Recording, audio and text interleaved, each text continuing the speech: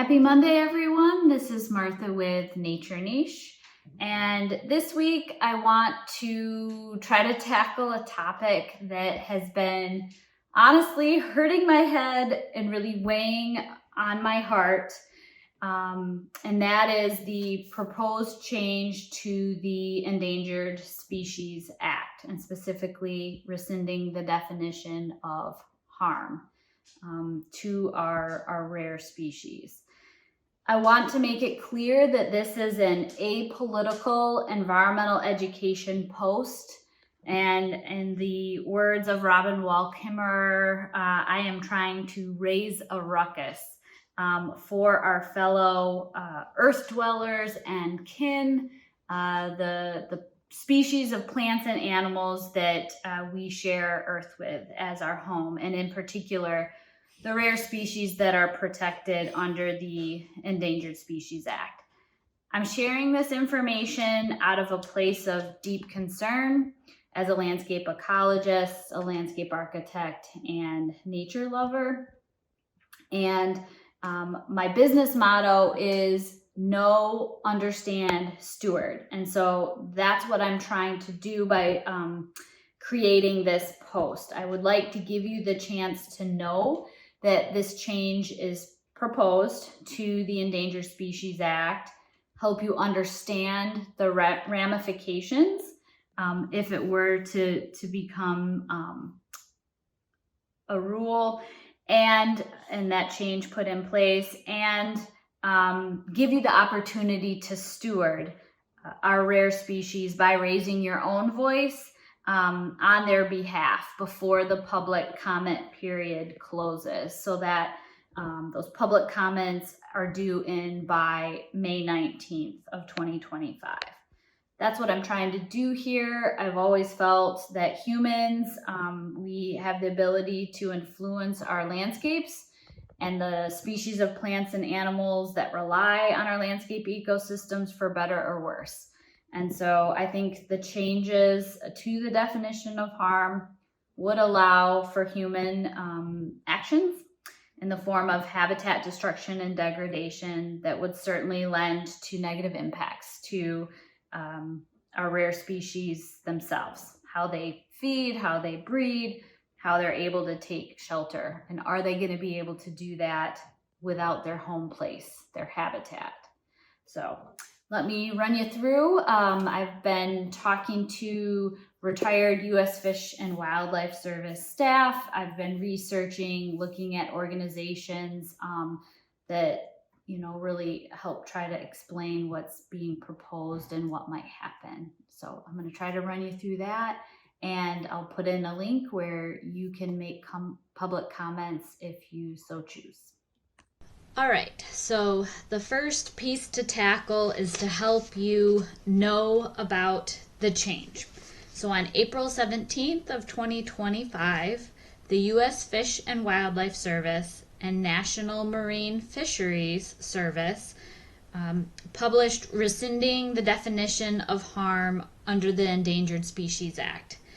And the purpose of the proposed rule is to rescind or end, make no longer valid, basically remove the definition of harm under the Endangered Species Act, which is the law that was written and approved by Congress way back over 50 years ago in 1973.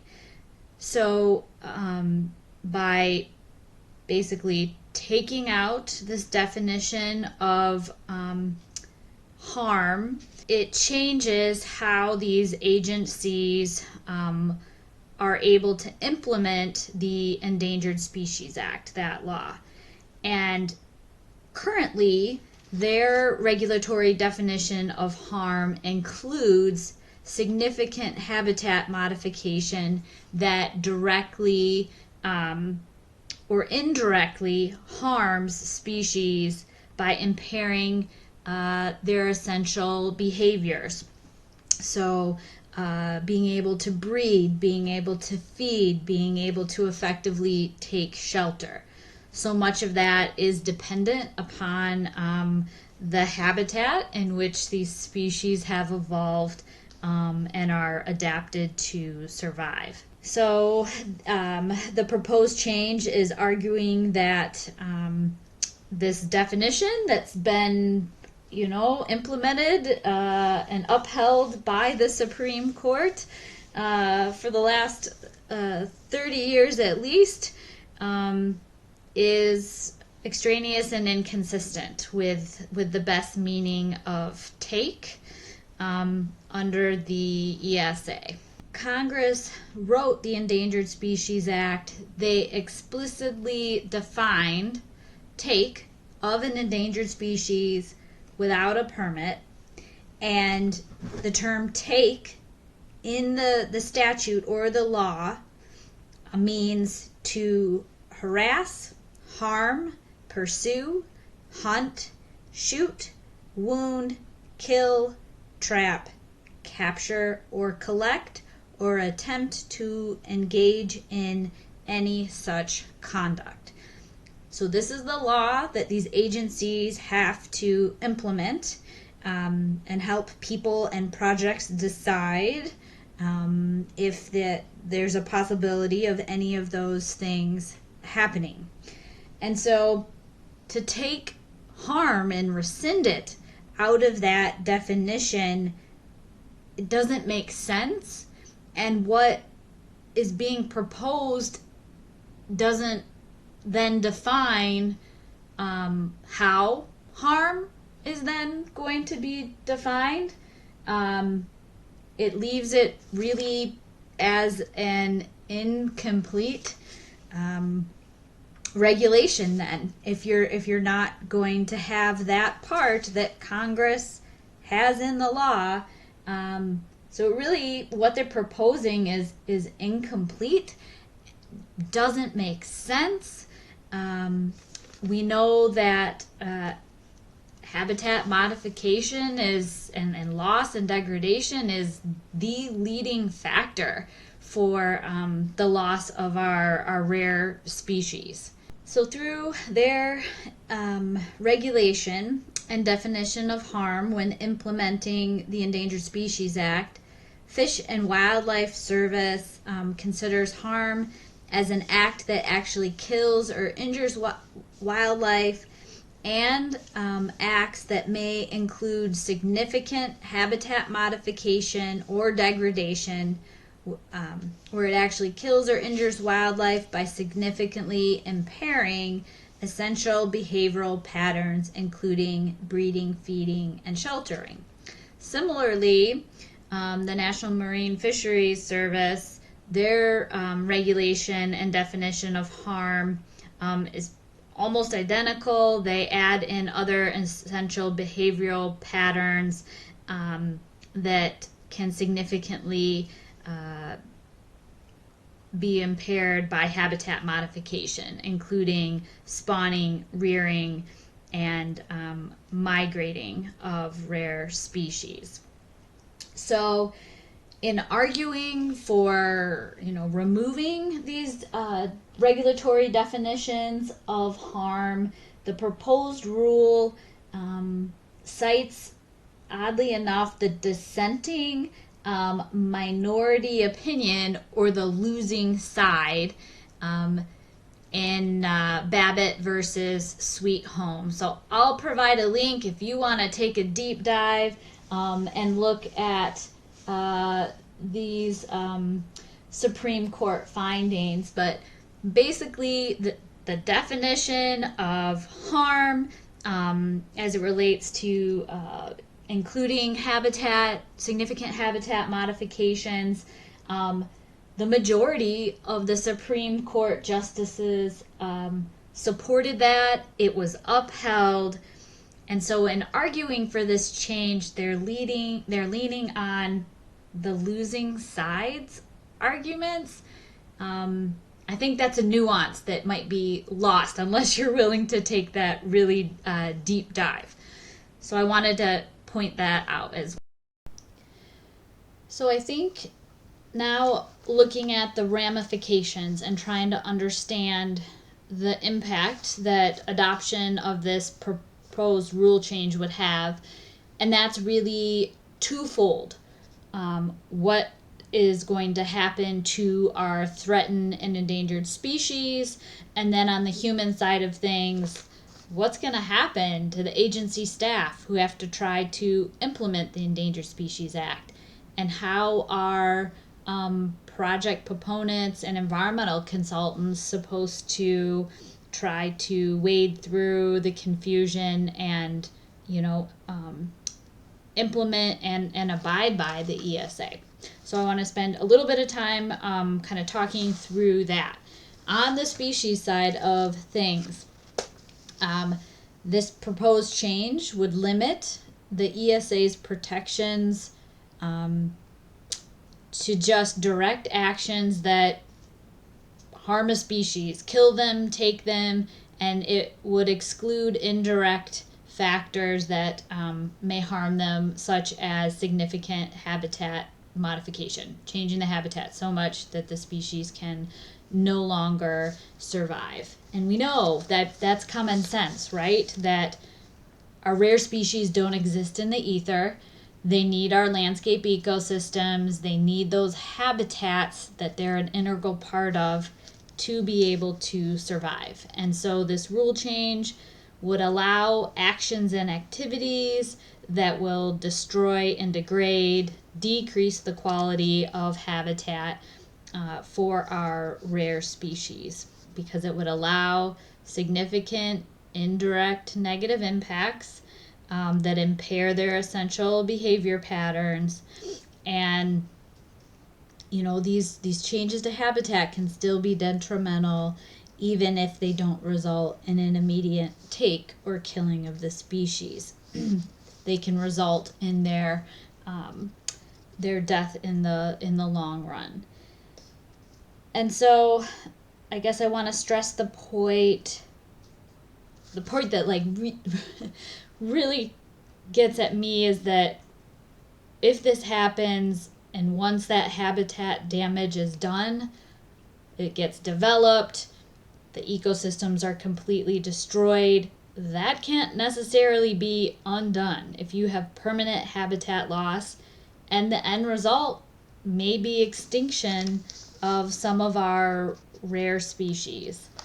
And really, this change is inconsistent with the original intent of Congress when they created the Endangered Species Act. In there, they write that the ESA is to provide a means whereby the ecosystems upon which endangered species and threatened species depend may be conserved. And if we don't consider that definition, don't worry about harm to these species through things like habitat modification, we're really setting them up to die a death of 1,000 cuts, putting these rare species populations in jeopardy from continued losses as habitat is lost, and continued extinction of our most vulnerable species.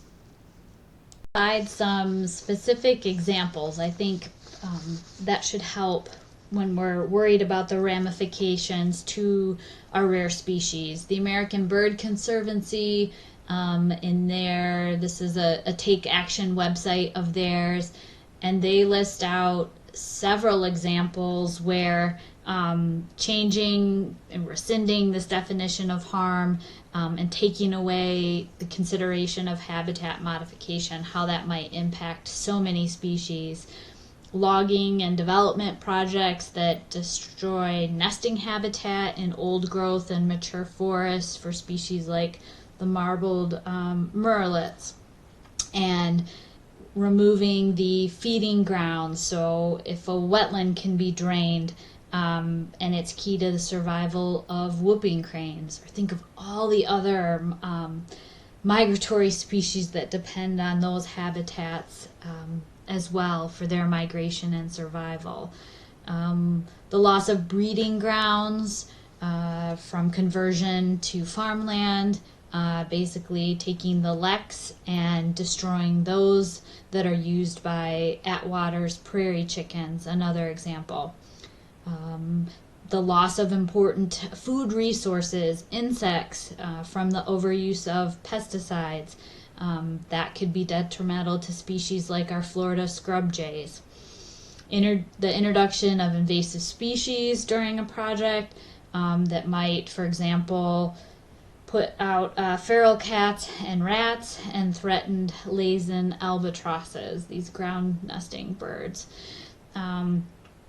Other types of habitat damage, if it gets destroyed through development, for example, in the Texas Hill Country, that's the only home of the golden-cheeked warbler, and so destroying that habitat will certainly destroy that species as well. Examples of federally listed species and potential impacts right here in Michigan.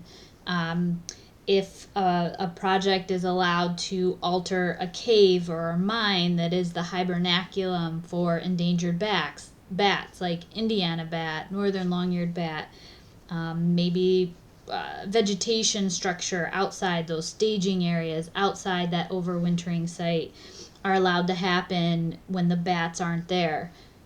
The bats aren't directly killed, but when they arrive and try to hibernate, they won't make it through the winter. Similarly, if a project is allowed to change the hydrology of a groundwater fen ecosystem, and there are endangered butterflies there that rely on specific larval host plants. Examples might be Mitchell satyr butterfly and Pauschik skipperling.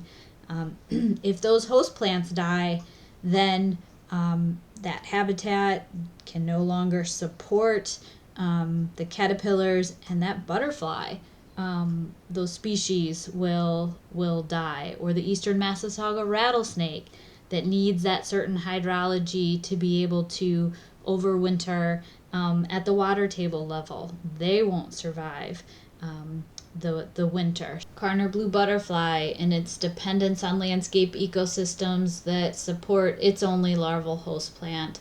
Wild lupin.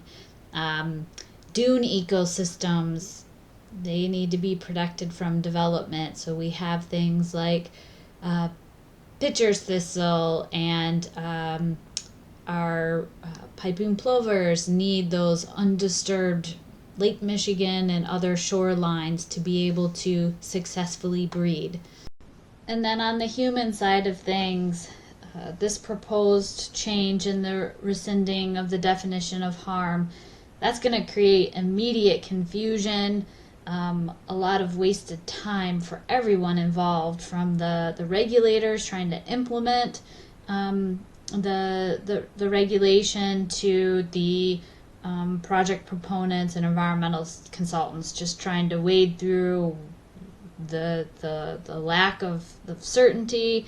It's probably going to leave a lot of projects open to potential future litigation, and just the uncertainty around that consultation process will lead to delays and inefficiencies. We could even see impacts to how Section 10, which is the part of the ESA that allows for permitting of incidental take when there's not a federal nexus, no federal funds, no federal land or agencies involved. That decision-making process, so many of those incidental takes are related to habitat modification, and so what happens to that whole process for projects that would have to follow that? What does that mean for designated critical habitats under the Endangered Species Act? It leaves a lot. Habitat protection has really been the cornerstone when it comes to ESA permitting, and just removing that piece is going to make it really hard to move forward. So here's the website that has the details and links to the details of the proposed rule, but I hope that this discussion has helped you understand that the proposed rule change and rescinding of the definition of harm is not consistent with the purpose of the ESA as originally written by Congress. These regulations have been used for the last 50 years to help implement the ESA, and this whole thing just makes me wonder why. Why make ambiguous changes now after people have spent decades protecting and conserving our rare species?